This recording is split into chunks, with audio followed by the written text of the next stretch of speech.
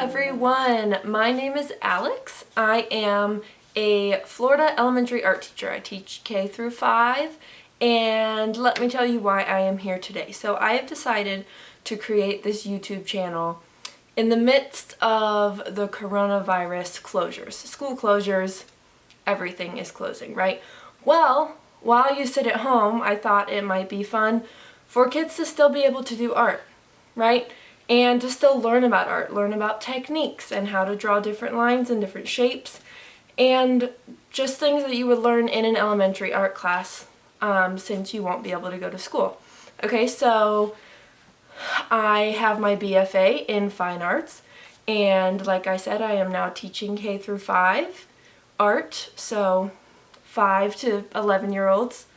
And I just thought it would be a really fun idea to start this channel so that when your kids are sitting at home, they can still be learning art, they can still be having art class, just sitting at home and being safe. Okay, so I am going to start with a very simple video. Okay, today we are going to be working on line and drawing different shapes, how to hold your pencil, and then a very basic line drawing. And then my next few videos will go into different techniques, but today we're going to just start with that basic line drawing video. And yeah, anyone can participate. Please feel free to share this if you hear that a kid is struggling and not having a good time because they don't have art in their life. Well, send this video their way. Alright, and let's go ahead and get started.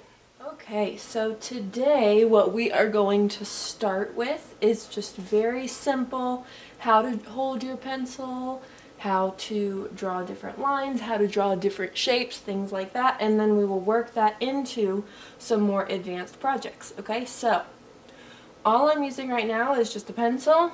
An eraser is going to come in handy as well, and just a piece of paper. I'm not even using my nice drawing paper right now. I'm just using a little scrap piece of paper that I found because this is just going to be kind of a practice run. Okay, so for some of my younger kids, okay, this is what you're going to try to work on. You're going to try to work on holding your pencil at this certain light angle right here. Rather than gripping onto our pencils like this or digging in like this, practice this light hold. It may seem silly at first, but I promise it'll help. Okay, so for example, watch the difference here. So first I'm going to draw a very heavy-handed line, gripping my pencil like this. Okay? And so yes, it's a nice dark line, but if I want to go and erase it, if I'm drawing a picture and I want to erase that, it's going to make it really, really hard to erase. And watch the difference. I'm going to do this nice light sketching line, right? Sketch, sketch, sketch. Look at that. You can probably barely see it, and then when I go to erase it, it's like it was never there. So that is what we are going to work on when it comes to drawing, okay?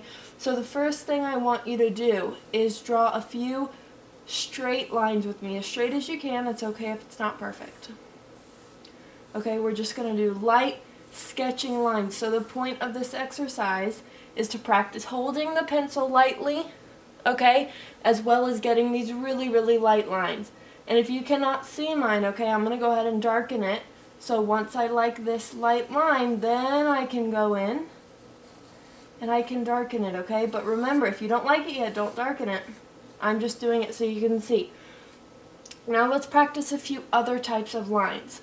So another fun one is a zigzag, right? So all we're going to do, down, up. I want you to use that light sketching hand that I just taught you.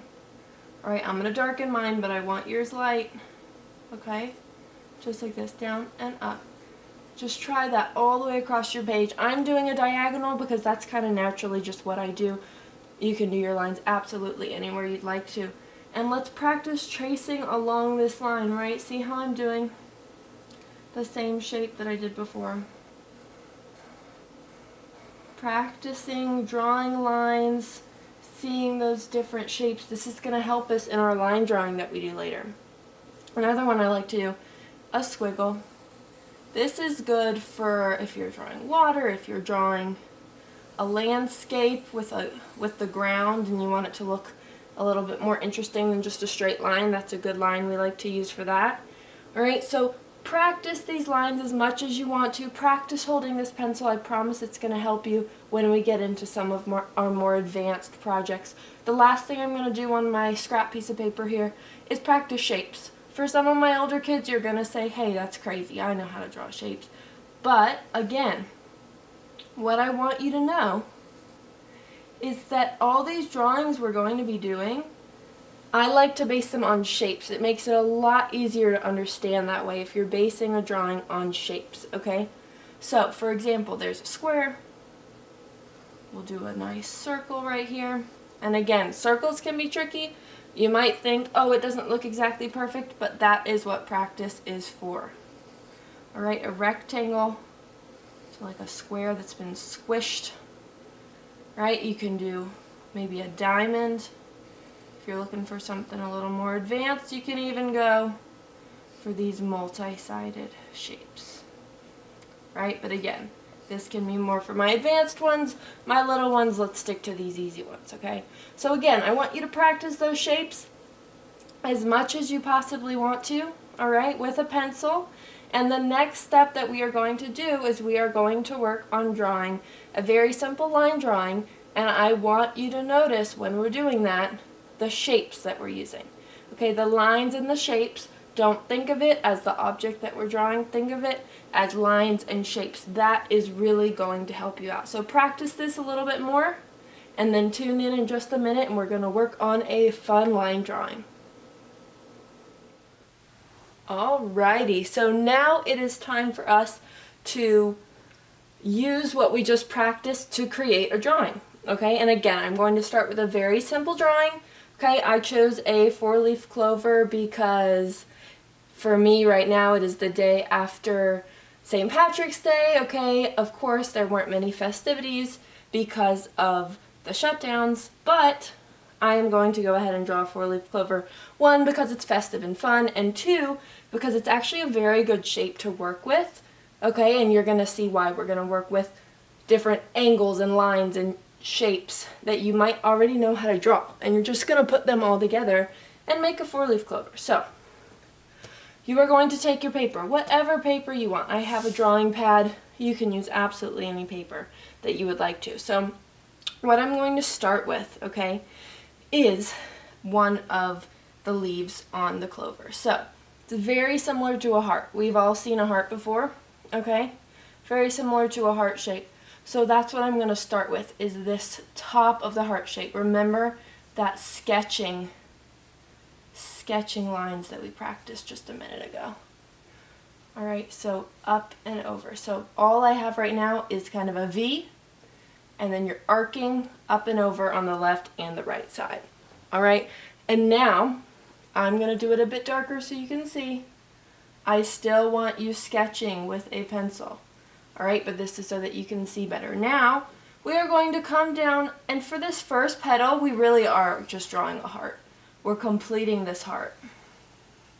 Just like that. That is my first leaf on my clover. And again, you're sketching, we will darken later. Okay, I am darkening so you can see. Now, the leaves on a clover are often overlapping slightly, right? It's not just four hearts placed perfectly all next to each other. So my second heart shape is going to look like it's going behind this one right here. And here's what I mean. I'm going to start up here.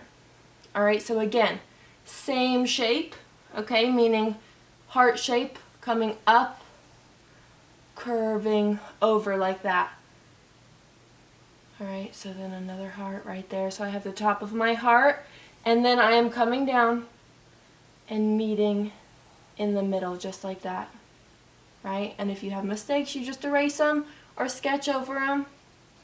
Alright, again, this is practice. Do not worry about making it look absolutely perfect. So just two more to go. Okay, so my third heart, okay, and if it makes it easy for you, you can rotate your paper around so that you're not drawing upside down, right? Just rotate it until you have all four.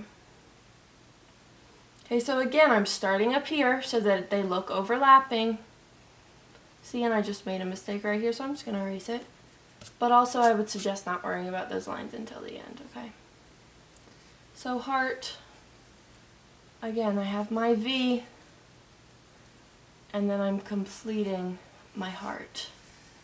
And so now I have just enough space for one more leaf, meaning it's just going to take up the space right here. Okay, so again, I'm going to start from about here, up and over, make that V, and then complete my heart. So again, these are shapes and lines and angles that you have worked with before. So I don't want you to think of it as a four-leaf clover. I want you to think of it as these curving lines right here, a V, a heart, anything like that. I promise you it's going to make it easier to think about. And the last thing that a four-leaf clover needs is a stem. So one line coming from right here, and I'm going to do a J shape, right? And then I am going, you can leave it like that if that's easy, if that is too complicated for you, but if you want to stretch it a little further, you can make it more three-dimensional, and just all I'm doing is drawing another J so that you kind of close it off and make it more three-dimensional, okay? And now, feel free to stop there. That is a beautiful four-leaf clover, okay, for my little ones. But for my older ones, if you want to take another step forward, here we go. Okay, to create more of that 3D look, okay, clovers often have a line coming down like this. And notice how I'm curving it with that heart shape, right? With the heart shape, so that you can really see that dimension starting to form, right? See how it's almost spiraling around, and that makes it look a lot more realistic. And if you want to get even further, we can go into some shading. And what shading is just going along the edge of our leaf or our heart shape, whatever you want to think of it as, okay? And creating some texture and coloring, okay? So just like that, I'm going to do one there, and I'm going to do one over here as well, so it kind of creates the illusion that there is light coming in to this three-dimensional object, even though it is a flat drawing on our piece of paper. But that is what is so fun about shading, okay, is that it can make it look three-dimensional. So I'm going to stop there for today.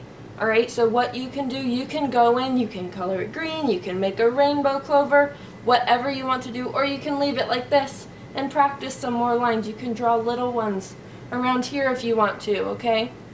You can add more details, you can make a whole field of clovers, but that is going to be our first basic line drawing, okay, for this video, and then our next videos will move on into some more details and also using color rather than just pencil. Alright, so awesome job today, keep up the good work.